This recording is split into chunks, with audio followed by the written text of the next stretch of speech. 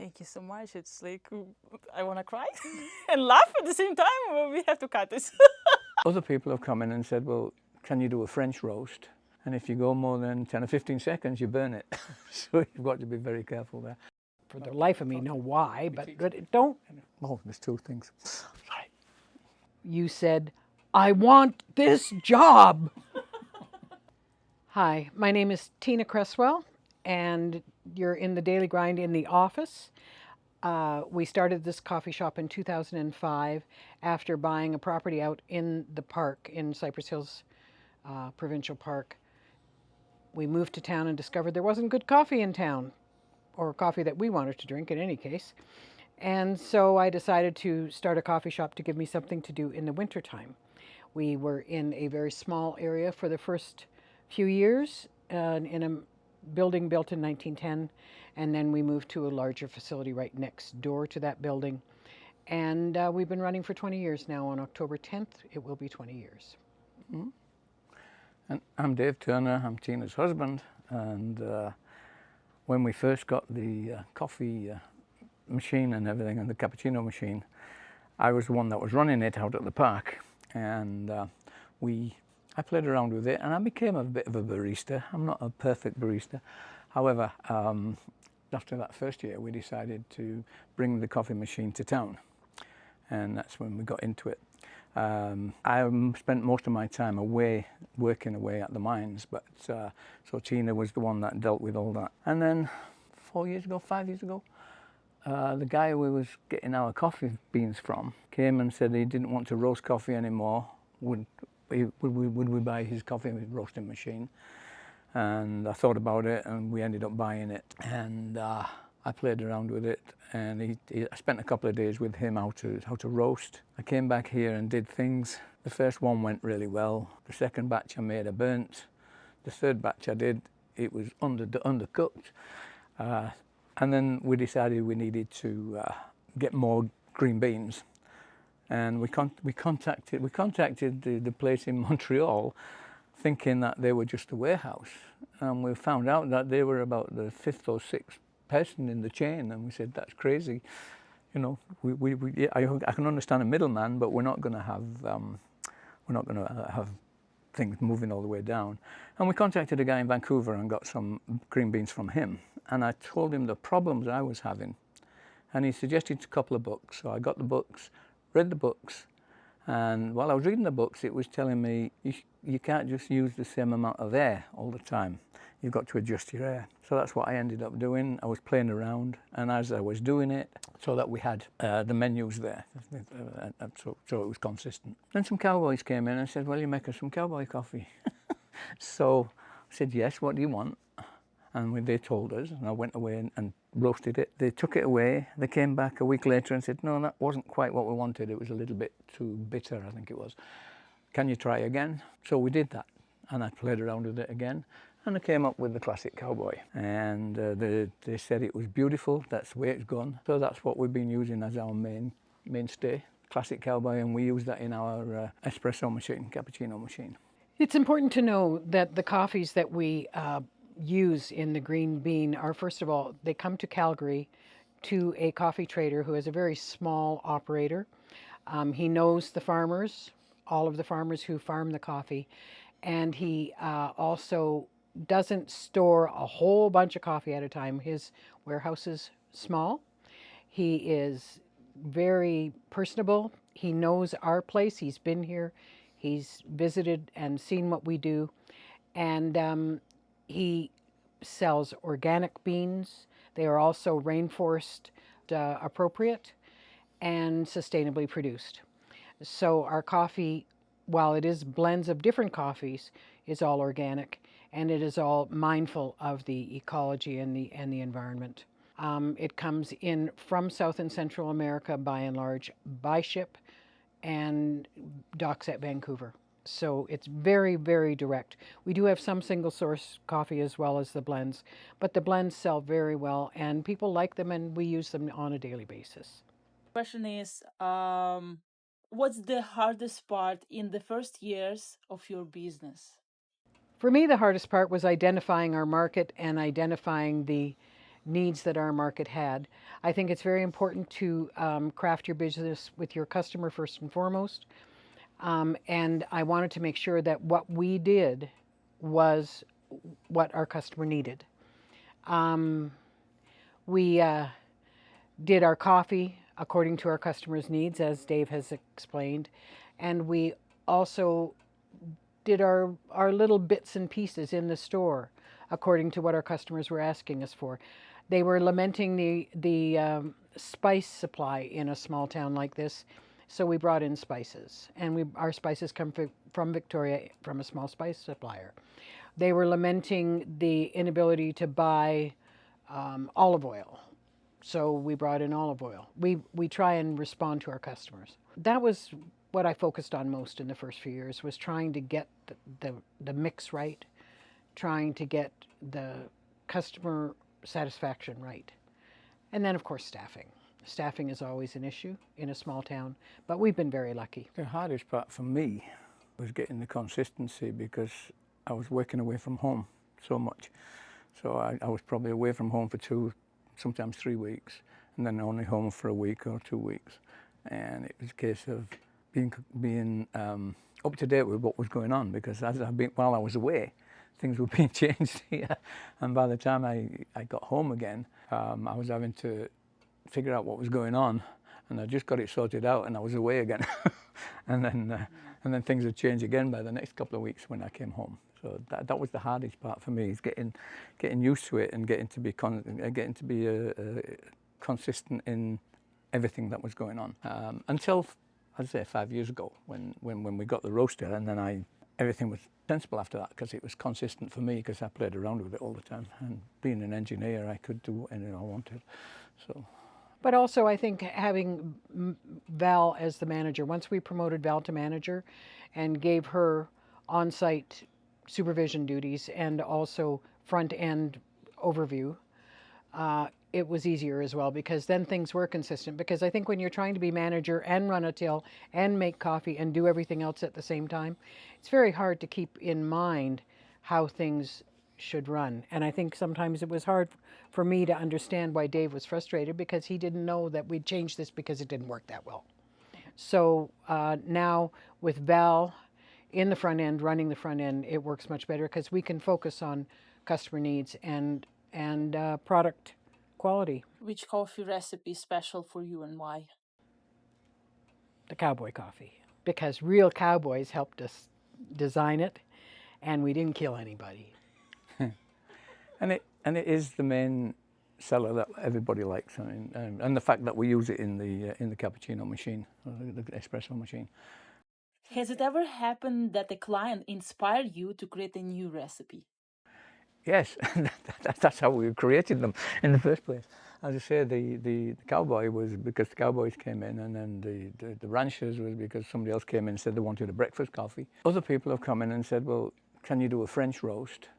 And I've tried to do French roast, but you have to be very careful with the French roast, because what happens is you can be roasting to a dark roast, and the French roast is just a little bit more. And if you go more than 10 or 15 seconds, you burn it. So you've got to be very careful there. As far as drinks are concerned and service to customers, we've had several customers suggest certain mixtures. There's one customer who has coffee and tonic water. All right.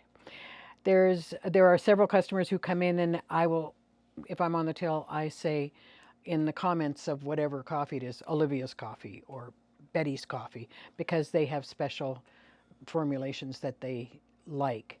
But I think the one that we had to perfect that was most often, there were two that we had to perfect that were most often requested. One was a flat white, which is a big city coffee. It's not a small town coffee. And the other is a breve, which is coffee and steamed cream, which some of the cowboys like because it's got lots of good calories in it. But the thing is, we don't just sell coffee as well, we sell tea. And some people talk about the fact that we use loose tea leaves in our London fog. And that makes a big difference, doesn't it? Yes. We have a special lid, and we brew our London fogs and all of our tea drinks with loose tea, what that does is it replicates the same standards as the coffee that we roast. We want the best, and so we roast the best, we serve the best, and for us, it is much better to brew a cup of tea with loose leaves than with bagged tea. How do you define the right coffee? By taste, aroma, or by a person reaction? The aroma of the coffee as it comes through, as you're roasting it, comes on there. But when a person is drinking the coffee, they can say, well, yeah, we can taste this in it, and I can't, but they can. So it's how they decide on it. Otherwise, to me, when I'm roasting coffee, it's the smell as it comes out. Do you remember the first day when you met me, Vlada? I remember the first day I met you very well. I was chair of the Cypress Hills Grasslands Destination Area, and we had advertised for a social media specialist influencer to work for the summer for the organization. And Vlada, you started with a bang and you never stopped, and it was wonderful. When we asked the typical question, why did you apply for this job? You said, I want this job. Sold us, and it was nonstop ever since. It's been wonderful. Okay, I'm here right with Tina Cresswell, with my favorite person, and I'm excited to talk to her about our first meeting and how she took me as a person at the very beginning. So do you remember our first meeting? Yes, I do. Can you tell us how was it from your perspective? From my perspective, first of all, I saw that you were very intelligent, very enthusiastic, extremely well spoken, and also innovative and driven. I think that you have a vision and you work very hard to create that vision. And we could see that in the interview as I interviewed you for summer job in influencing for the Cypress Hills Grasslands Destination Area. Made me very happy, and there was no question of who we were going to hire after your interview. Well, this is my favorite part because when I was applying for this job through one person who actually lived here, do you remember we met Angela Schindel? She was my teacher at the AP program at the University of Lethbridge. That's how I connected through her to you.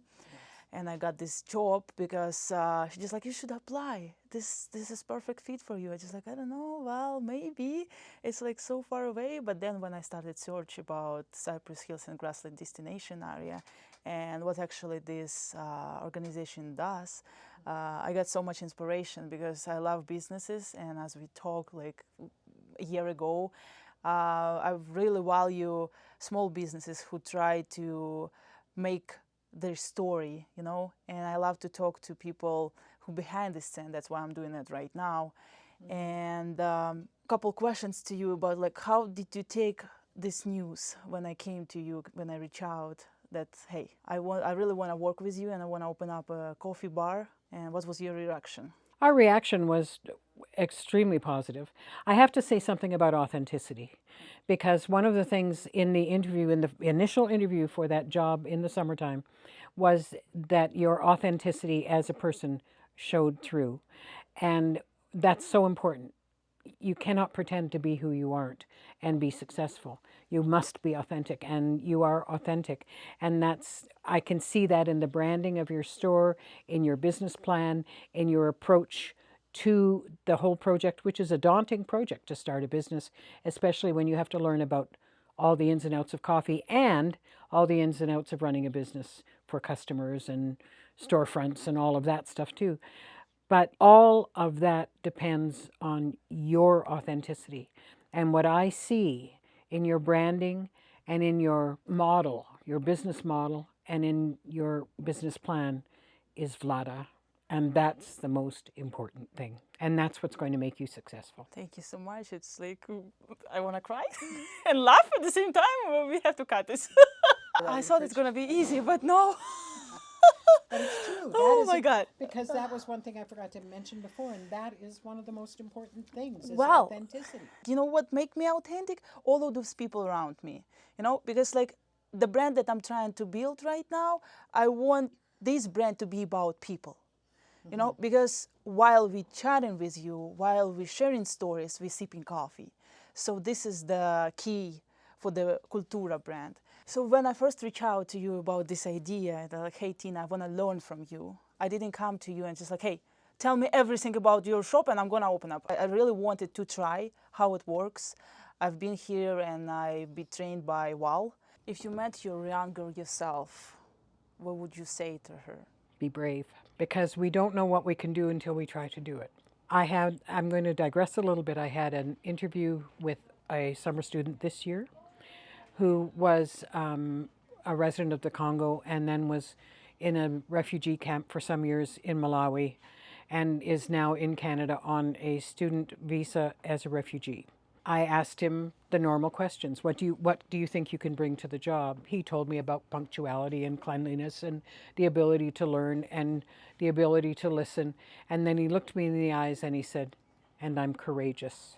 That sense of bravery is one of the most important things in an entrepreneur, because there are times when you really have to just hold on and keep trucking.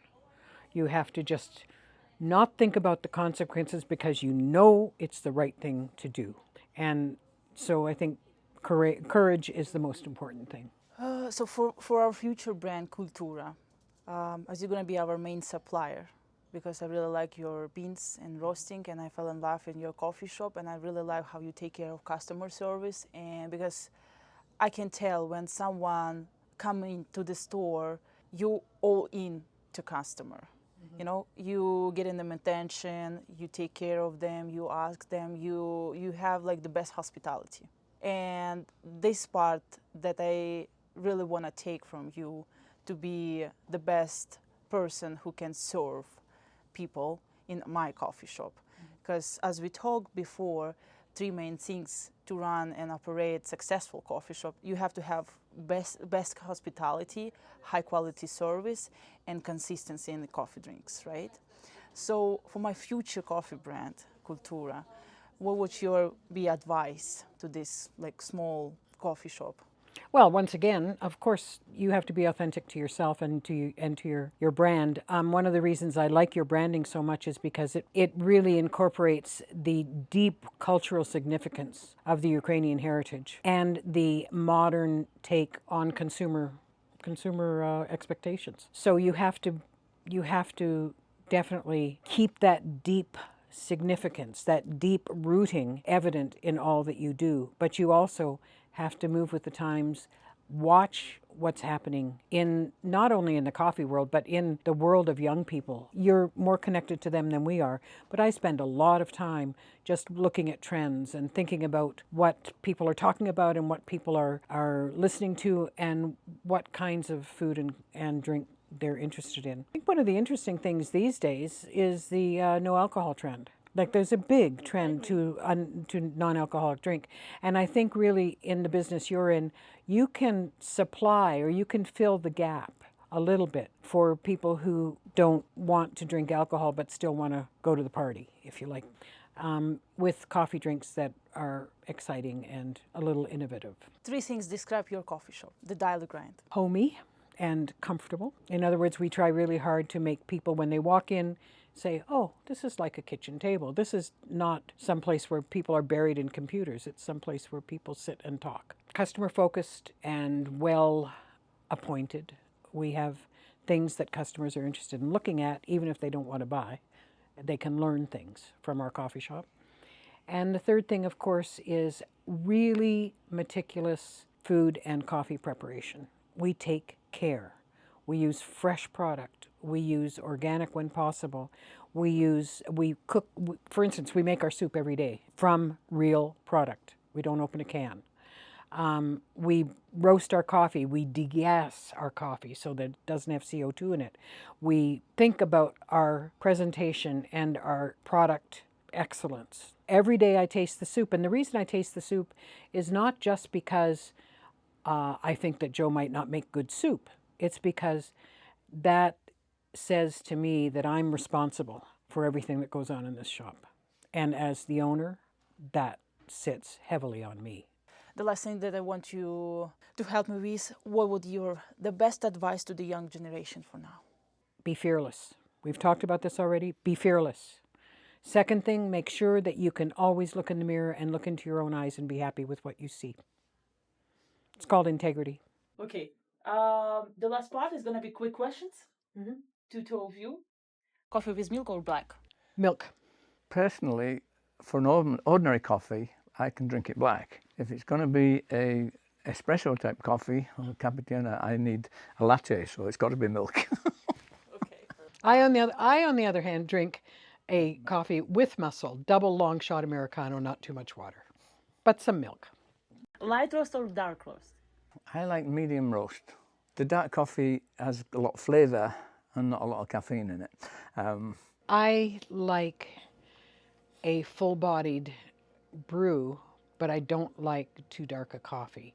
So I think the Classic Cowboy is the best coffee, but I like it brewed to a full-bodied strength rather than a medium strength. Classic or experimental? Classic for me. I'm a classic person. I like classic coffee, but if with being inquisitive and everything else, I will always do the experimental stuff if I have to. But I'll do experimental anyway because people will come in and can you roast this for me and can you do this for me? So I think I might draw the line at coffee with tonic water, though. coffee with scotch is good. Taste or atmosphere?